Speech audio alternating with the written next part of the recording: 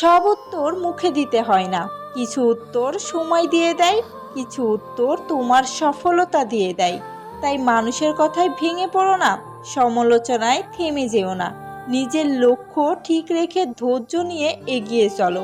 মনে রেখো, যারা আজ তোমাকে অবহেলা করছে, একদিন তারাই তোমার সাফল্যের গল্প অন্যদের কাছে বলবে। জীবনে কখনো কাউকে ছোট ভেবো না।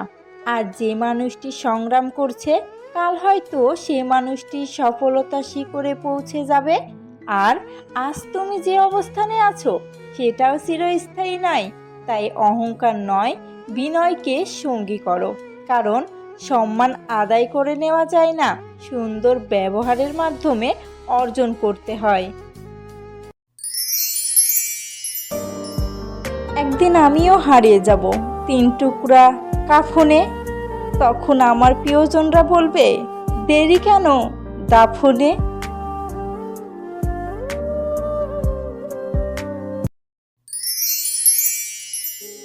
মানুষের জীবনে সবচেয়ে বড় সম্পদ টাকা নয়, বরং একটি সুন্দর চরিত্র, পরিষ্কার মন আর মানুষের দোয়া। অর্থ একদিন শেষ হয়ে যেতে পারে, সৌন্দর্য একদিন ম্লান হয়ে যেতে পারে, কিন্তু ভালো ব্যবহার কখনো পুরনো হয় না। তাই এমনভাবে জীবন কাটাও যেন তোমার চলে যাওয়ার পর মানুষ তোমার সম্পদের কথা নয়, তোমার সুন্দর আচরণের কথাই স্মরণ রাখে। পদ্মা করা লাগবে না বইন, কবরে যাইয়া বলিস মাই লাইফ মাই রুলস। তখন ফেরেশতা এসে বলবে, মাই স্টাইল মাই অ্যাটিটিউড।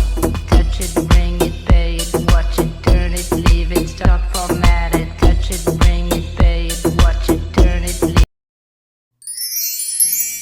আগে ভাবতাম মানুষ এত বছরের সম্পর্ক কিভাবে শেষ করে দিয়ে চলে যায়, তাদের কি মায়া লাগে না?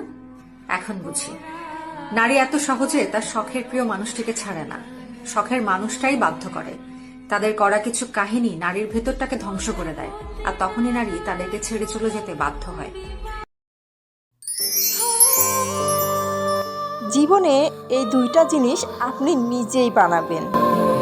যদি দেখেন আপনার বোন বা কোনো আত্মীয় স্বজন অনেক সুখে আছে, তাহলে আপনি সেখানে বিনা নিমন্ত্রণে কখনোই যাবেন না।